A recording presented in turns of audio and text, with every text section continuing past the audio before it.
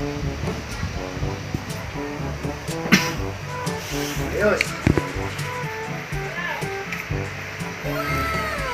Sasami na natin. Tapos,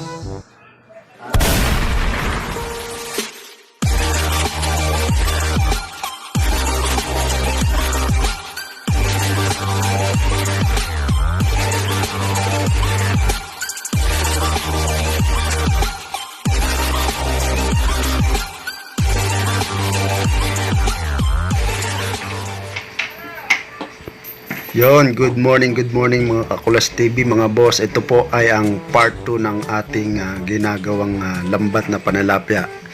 Yon, kung bago ko pa lang napadaan sa munti kong channel, ay wag mo nang kakalimutang i-subscribe at i-hit ang bell button para laging updated sa mga videos ko pang ilalabas. Ayan, nakita nyo na po, ayan, ganyan po ako gumawa ng pataw. Kasi halos wala na pong mabilihan ng ng pataw rito sa amin, kaya ako na rin ang gumagawa ng pataw.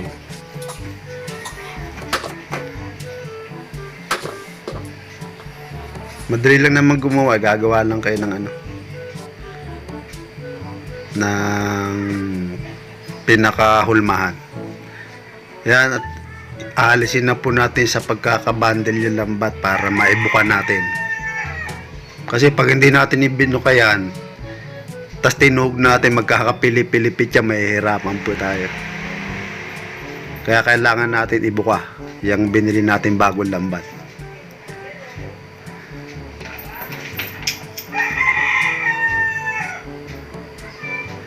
Kaya tinalungan na po ako ng asawa ko, si Ivy Sampaga Vlog, kasi medyo pumipilipit na po. Ayan.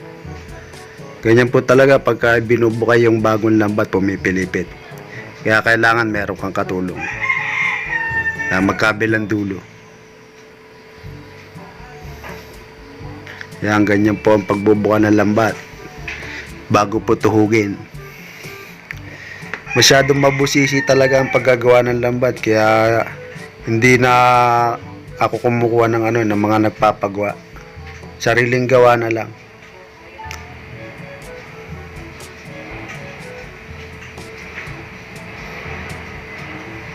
Ayan, tutuhugin na po natin. Ayan, bawat dulo po yan. Yung tinatawag na relenga, tutuhugin po yan.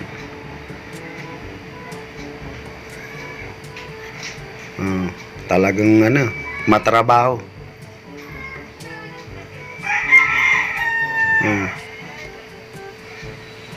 Kaya pagkatapos ng matuhog, binalat na po namin at saka binanlian ng medyo mainit na tubig para yung pinaka-bowl niya mag-lock po lahat. Yan, puputulin na po natin yan. Ang bilang po niya, bilang ng 10. Tapos, doon ka puputol sa sa 10 muna sa una. Tapos sa pangalawang putol mo na, bibilang ka ng 10. Sa pan-10 ka na puputol. Yan.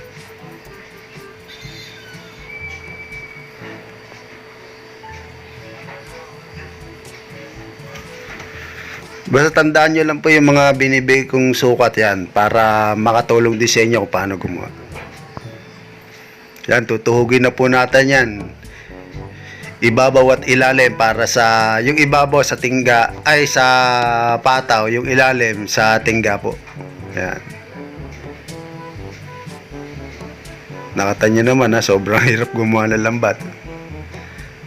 At ito po ang mga gagamitin natin. Mag-umpisa na po tayo.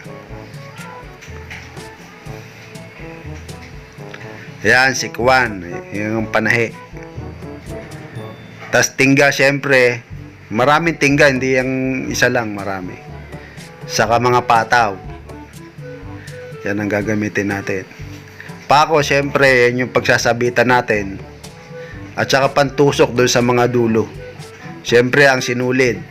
Pwedeng 210-3, pwedeng 210-2. Yan. Baunan natin yung pako. Tapos yung distansya niya 40 cm. Distansya ng pataw at saka nung gitnaan ng ng labayan.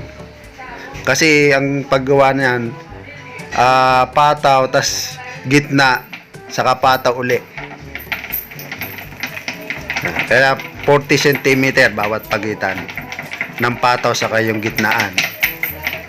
Yung gitnaan natin, 1 inch po yan. Yan, gugupitin na po natin yung yung paligid ng pataw para hindi po siya sumabit. Yan, butasan na po natin yung kaninang pangbutas.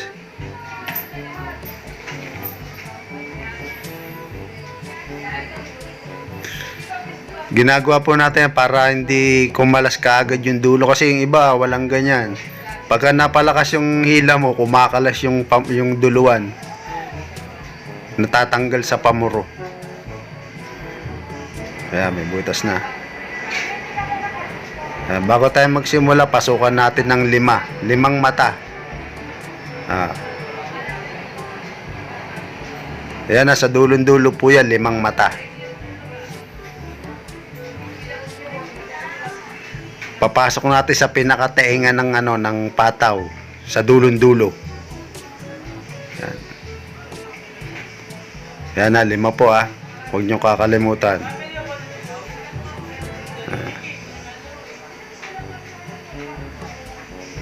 Tapos hihilatin papunta ron sa tenga. Ayan, may baluktot na po yan.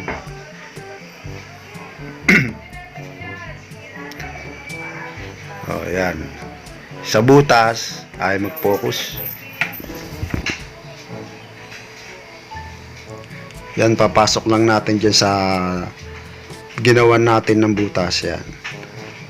Para nakalaban po yung ating duluhan. Kaya kahit may kas po yung natin, yung hila, hindi basta-basta kakalas yan. Yan.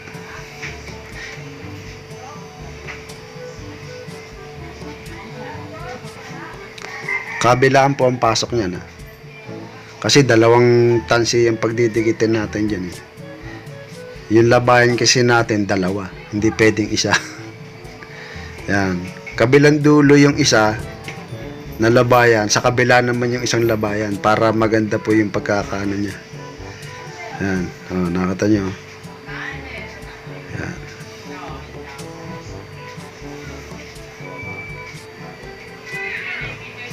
Pero siguraduhin nyo mga boss na maganda yung pagkakapitis nyo, pagkakatahi nyo, yung hindi dumudulas. Yan.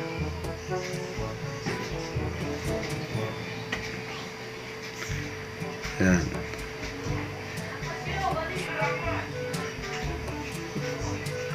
Sa magkabilang tenga mga boss, 2 mata.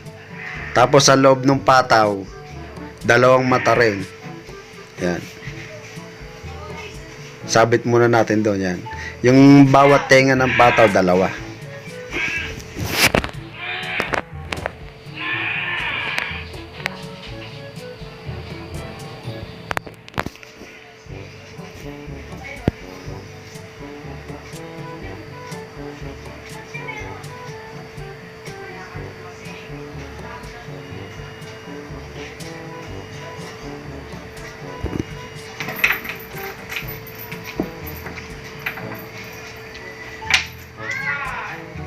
Yan, ganyan lang po yung pagpipitis.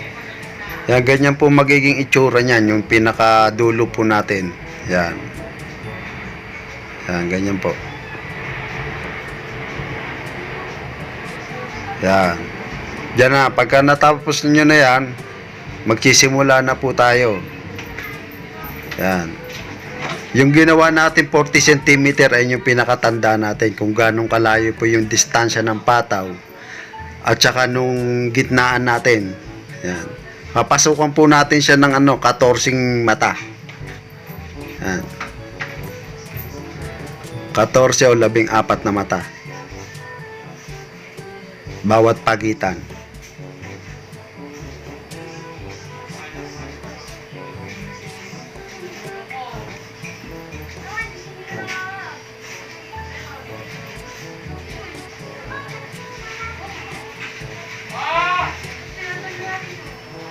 Ayan. Bali 40 po yan yung pagitan ng pataw saka yung tinatahi natin, 40 cm. Ayan yung pinipitis natin, tinatahi natin yung gitnaan. Yan. Bali, ang layo niya noon, laki niyang gitnaan natin. 1 pulgada o 1 inch. Yan. O, dalawa, papasok natin. Yan. Papasok natin sa gitnaan. 1 inch po ang pagitan po niya na. Yung pinakalaki ng gitnaan. Doon natin ipapasok yung dalawang mata.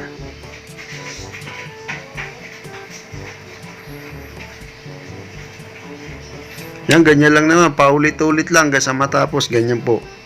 Basta wag nyo kakalimutan yung yung distansya, yung bilang na ipapasok. Ayan.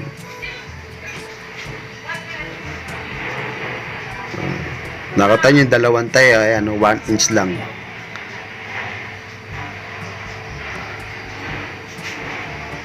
Ayan. Sa loob nun, huwag nyo kakalimutan mga boss, may dalawang mata nakapasok dyan. Yan. Yan, may distansya. Ayan na po,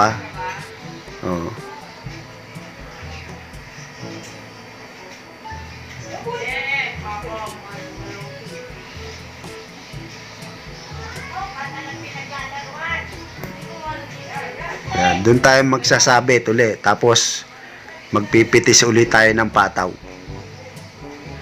Yan, ayun yung gitna, isasabit natin. Yan, gitnaan.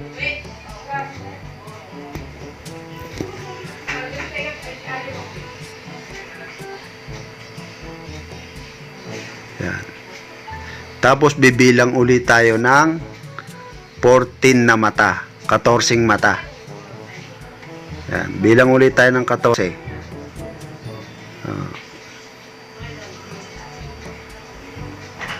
Yan, sasabit po natin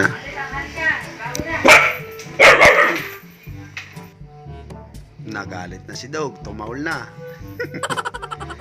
Maingay yung aso natin, mga boss. Bilang ng 14.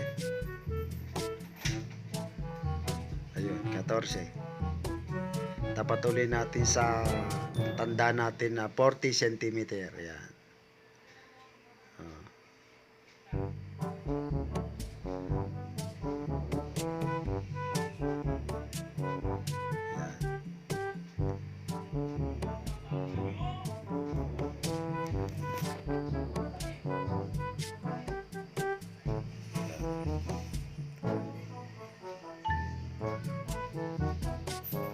Yung tanda 40 cm para pare-pares yung pitis natin layo, kaya gumagamit tayo ng tanda.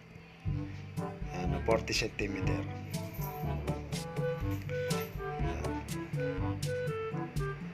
Tatayin ulit natin yan, pipitisin natin yan.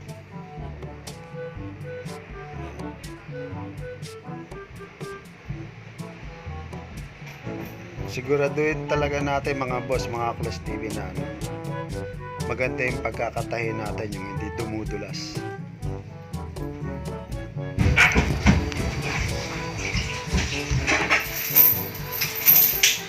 Kaya sigurado pag natapos itong kabuuan ng video na to, medyo may alam na kayo kung paano gumawa ng pantilapia na pante. Yan. Madalas kasi masira yung pantilapia na panti. Kaya 1 buwan, 2 buwan palit. Gawa uli ng bago, kaya pagka tinatamad akong gumawa, bibili na lang ako ng yari. Kaya huwag niyong kakalimutan mga boss, dalawa ang pasok sa bawat tenga ng pataw. Pasukan na natin ng pataw. Pero may unang 2 mata yan mga boss, huwag nyo kakalimutan yan. Kasi kailangan talaga may pasok yun para naglalaro siya. Yan, naglalaro. Hindi siya kaagad mapupunit.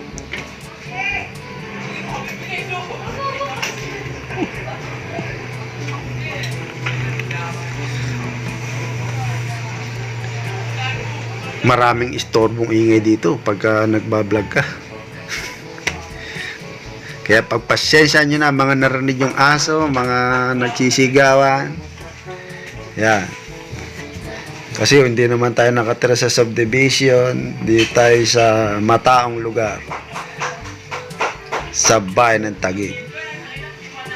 Yan.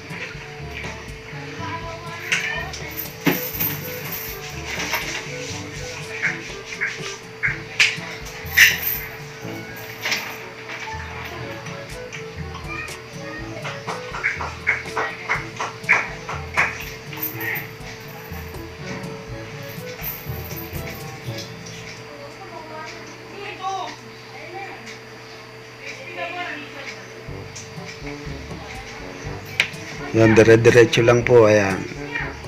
Paulit-ulit lang po yan. Kaya pag sigurado pag sinimulan yung gumawa, pag nakaisang banatan kayo, alam nyo na kung paano tayo at bibilis na rin kayo niyan. Kasi makakabisado nyo na eh.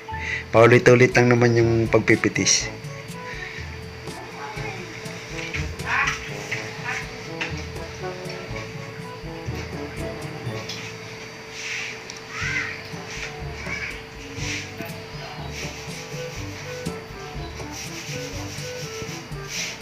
Ayan. Pasok ulit tayong dalawa sa loob.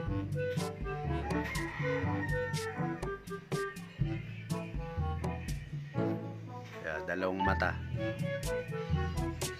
Lahin lang natin papalaw.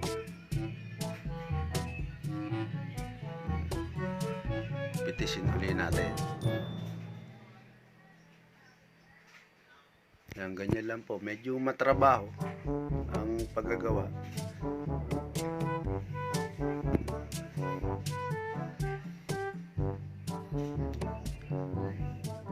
Yan, paggagawa niya yung 10 banatan, matagal na yung 1 linggo para matapos mo yung 10 banatan na panelapia na pante o lambat.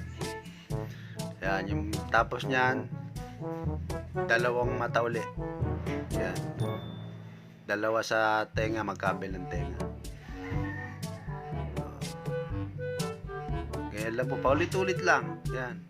Wala namang iba na gagawin kundi ganyan lang, paulit-ulit lang. Basta tandaan lang po yung distansya sa kayo, kung ilan yung pasok ng mata sa tenga ng pataw, sa loob ng pataw. Yan. Dala-dalawa po yan.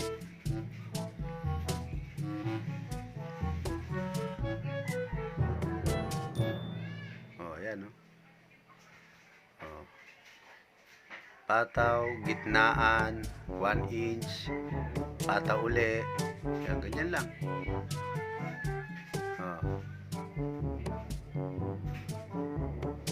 Yan, sa malapitan, papakita rin natin. Yan yung gitnaan. Pataw. Oh, ayun yung sinasabi ko pong gitnaan. Distansya po niyan, yung 2 tahin na yan, 1 inch po yan. Sa loob niya may 2 mata. Yan ha, mga boss.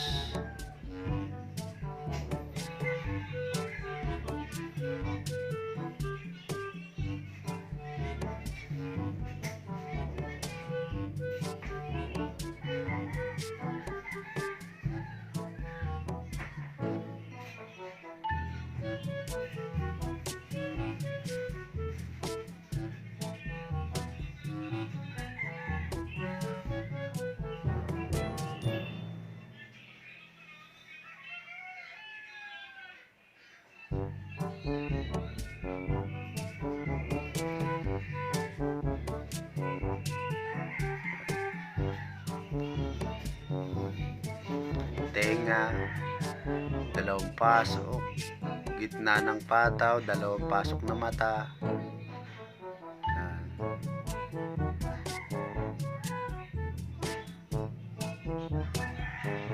Basta higpitan nyo lang yung yung pagkakatahin nyo para hindi siya dumadaus-us.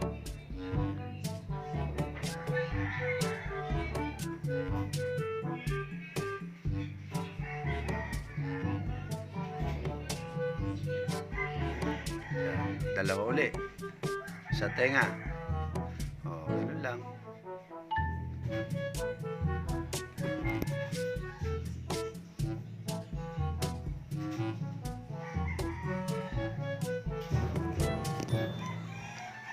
Yung maya-maya po, ipapakita ko po sa inyo ang paggawa ng tinggaan. Yan.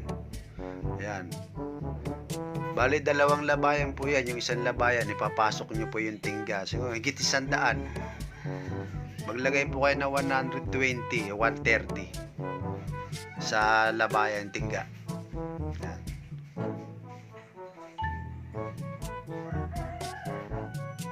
Yan sa dulo, hindi po tayo maglalagay muna ng tingga para hindi sumabit. Kaya unang pitis po niyan, wala po tayo ilalagay na tingga. Pero lalagyan natin ng 3 pirasong mata. Yan. 3 mata po.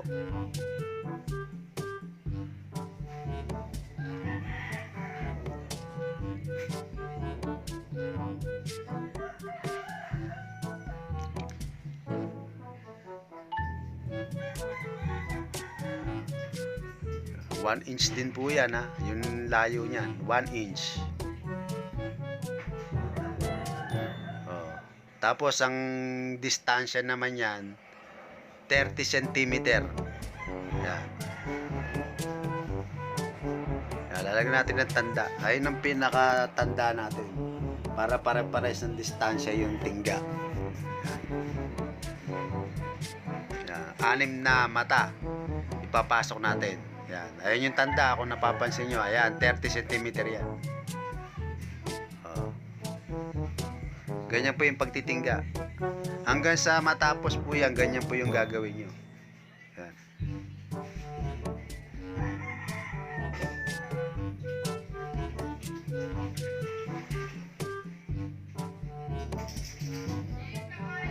Tandaan nyo po, 6 may pasok bawat pagitan. Yan.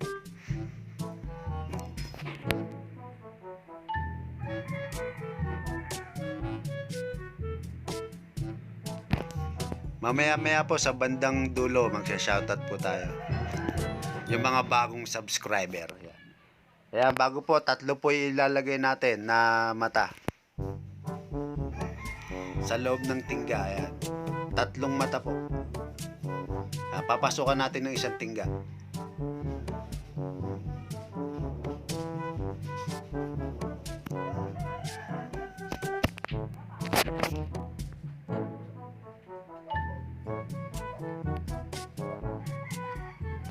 Ayan, may isang tingga na po.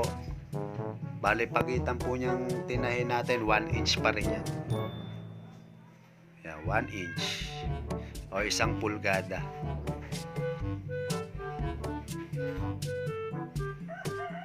Ayan, ganyan lang po, dire-diretso lang po yan. Huwag lang kayo mawala sa sukat, sa bilang. Ayan, hindi po kayo maliligaw. Basta ganyan lang po yung gagawin niyo. Hindi po magiging katad yan. Yung sinasabing katad, pag inilan nyo na yung pataw, dumidikit yung tingga, ibig sabihin maikli yung tinggaan nyo. Mali po yung pagkakagawa nun.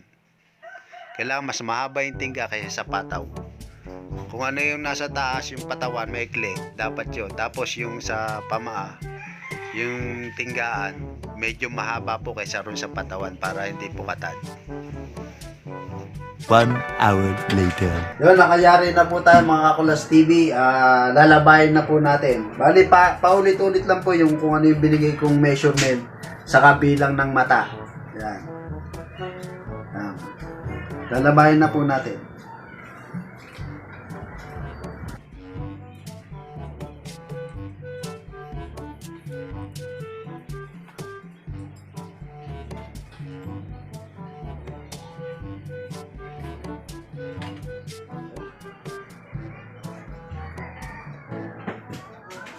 Ayos. Sasangin na natin tapos susubukan na natin 'to pag naisangin na natin.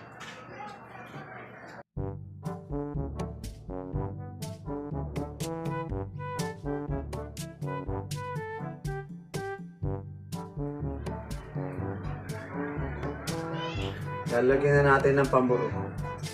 Para paglabas natin bukas, ready na.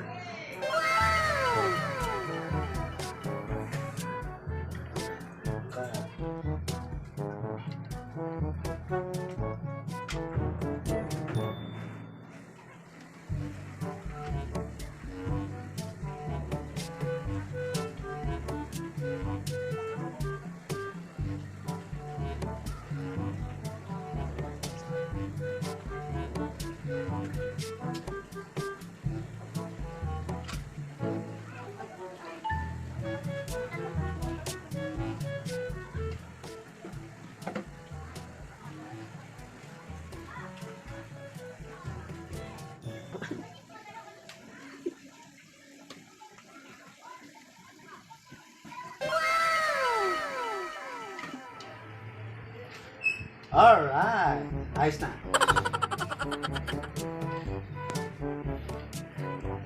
Hindi na lumabas ka na ng dagat. Yun na nga mga boss, mga Kakulas TV, sa wakas natapos na natin tong part 2 natin kung paano gumawa ng lambat na panilapia. Yun. Siguraduhin nyo pong tapusin ng video para magkaroon po kayo ng idea kung paano ginagawa yung panilapia ng lambat. Yan. Basta sundin nyo lang po step by step yung mga measurements, saka yung mga bilang ng mata kung ilan yung ipapasok at sigurado di po kayo maliligaw. Paulit-ulit lang po yun hanggang sa matapos ang isang banata. Yun. Bago po tayo magtapos sa vlog na to, syempre kung bago pa lang napadaan sa muntikong channel na Kulas TV, huwag mo nang kakalimutan i-subscribe at pindutin na rin po yung bell button para lagi po kayong updated sa mga ilalabas na videos ni Kulas TV. Syempre, i-like nyo na rin po kung may panampok po kayo at pwede nyo rin pong i-share para maraming makapanood na iba. Yun. At magsha-shoutout na po tayo. Medyo shoutout po kay Negro Fishing. Yan, shoutout sa iyo bro. Boss. At sa mga bago nating supporter kay Armando Lopena. Yan, shoutout. Shoutout din kay Sunny Trinidad. Yan, Sunny Trinidad, shoutout. Kay Silent Wanderer, shoutout din po. Kay Dave Kabusi. Yan, shoutout po. Family Adventure in Dubai, shoutout din po sa inyo. Yan. Kay Choy de Guzman, boss, shoutout po. At syempre, kay Peter Mark.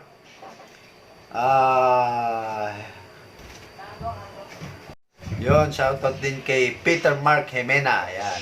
Sa mga gustong magpa-shoutout, comment down below lang po kayo para siguradong may shoutout ko po kayo sa susunod kong vlog. Yun na, marami pong salamat sa inyo sa patuloy na pagtangkilik sa Kulas TV. Keep safe po at God bless po sa ating lahat. Bye-bye!